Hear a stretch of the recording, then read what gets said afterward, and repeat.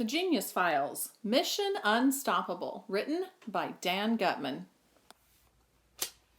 Welcome back to the second half of Chapter 14. Coke and Pepsi are at the top of Sand Mountain, trapped in a sand pit. "Help!" Pepsi screamed. "Mom! Dad! Help!" "Save your energy, sweetheart," the bowler dude said. "They can't hear you. The singing sands are drowning out your voice. That's why I chose this as the perfect spot to kill you." "You'll never get away with this," Pepsi shouted. The bowler dude just chuckled to himself. "Without any water, your bodies won't be able to cool off. Your muscles will start cramping. You'll get heat exhaustion and then a heat stroke. You'll feel dizzy and weak. Your temperatures will go up to 107 degrees. And then you'll die. Hey, do you kids play golf? Sand traps have been the graveyard of many a great golfers. And now, one will be yours." He chuckled at his little joke. "As soon as our parents realize that we're missing, they'll be up here," Coke said. "They'll rescue us." The bowler dude shook his head and laughed. "Your parents are used to the two of you running off," he said. "By the time they'll get up here, you'll be dead. I'll simply cover your bodies with sand and they'll never find anything. You'll have vanished without a trace."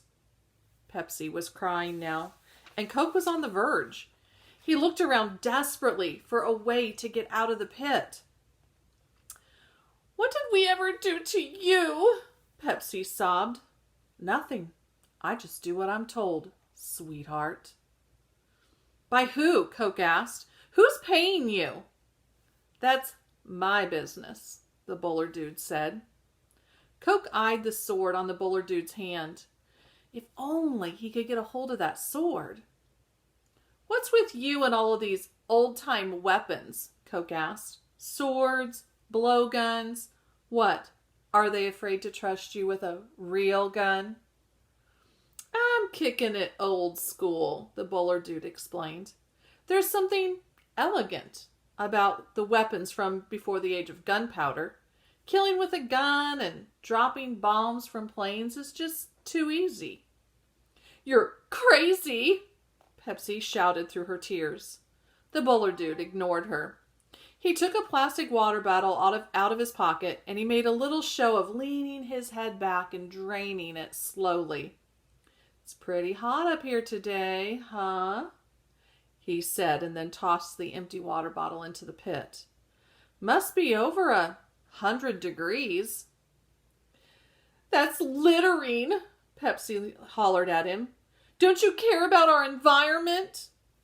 "Oh, I don't think that should be our highest priority right now," Coke told his sister. "Don't worry. The bottle will decompose in a few hundred years," the bowler dude told him. "Around the same time that they find your bones." "They say life is the pits, but in your case, death turned out to be the pits. So long, kiddies." As he slid his sword into his belt and he turned to walk away, Coke yelled, "Wait!" He realized that this assassin was, ironically, the only person who could save them. If the bowler dude left, there would be no way out of the pit. As long as they were talking, then there was a chance to survive. "Did you send us a coded message?" Coke asked. "Something about meeting you at a house on a rock?" "If I have something to say to you, I'll say it to your face," the bowler dude replied. "I don't send secret messages. Now, is there anything else you'd like to request? I'm a busy man." "Yeah," Coke said. "Could you help us out of this pit? We're kind of stuck down here." The bowler dude laughed and he clapped his hands. "I like that," he said.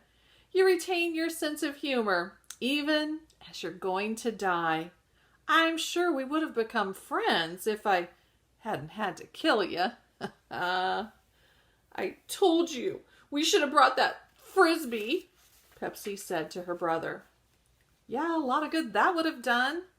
Well, we could have threw it at him, Pepsi said, or something. Coke was going to insult his sister's frisbee skills, but she gave him an idea. As the bowler dude turned to walk away, Coke reached into his pocket and he pulled out the jar of sand that he had collected for his mother. It was his only chance, so he reared back, wound up, and heaved it at the bowler dude. The jar hit him directly in the back of the head. The bowler dude let out a brief yelp of pain and then staggered backward a step. There was blood running down his neck, and when he went to put his hand on the wound, it never got there. His knees buckled and he fell backward and slid head first into the pit next to the McDonald twins. Good throw, Pepsi hollered. Quick, grab his sword, Coke said. Coke was about to punch the bowler dude, but there was no need. He was out. The blow to the back of the head, combined with the fall into the pit, had knocked him unconscious. Pepsi grabbed the sword just to be on the safe side. Do you think he's dead? She asked. What am I, a doctor? Said Coke. Who cares if he's dead? Let's get out of here. There was just one problem. They couldn't climb out. The pit was too deep. When they tried to grab a hold of the side and pull themselves up, they just got handfuls of sand. They tried making a foothold with their hands. They tried using the bowler dude's unconscious body as a step, but nothing worked. Try using the sword, Pepsi said desperately. What? Do you want me to carve steps out of the sand? No, dope, she replied, taking the sword herself. Pepsi made a mark on the side of the pit about 3 feet above the bottom. Then she stabbed the sword into the wall as hard as she could. It slid into the sand about a foot deep. Coke realized what she had in mind. He put his weight against the handle of the sword and he pushed it in about another foot or so into the side of the pit. It held firm, with not much more than just the handle sticking out. Coke hoisted up his sister. She carefully put 1 foot on the handle of the sword and she climbed out of the pit. Then she reached down and she helped Coke to climb out too.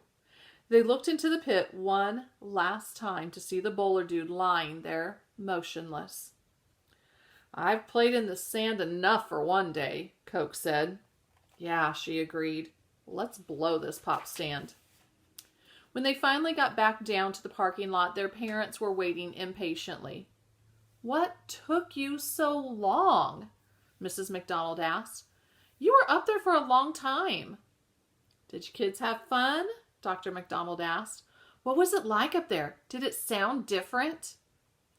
It was scary, Mom, Pepsi said. Real scary. Well, did you remember to fill the jar with sand? Mrs. McDonald asked. Yeah, Coke said weakly.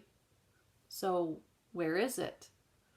I guess I left it up there, Coke said honestly. How could you leave it there? His mother asked, exasperated. What is your problem? I swear, I can't understand you kids. I don't ask a lot. I ask you to do one simple thing. Can we just get out of here? Pepsi requested. She wasn't about to tell her mother that they used their souvenir to bonk a guy on the back of the head and very possibly killed him. They piled back into the RV and drove away, surrounded by the sounds of the singing sand in the distance. Join me next time for Chapter 15, which is titled, I'll Be Watching You. See you soon.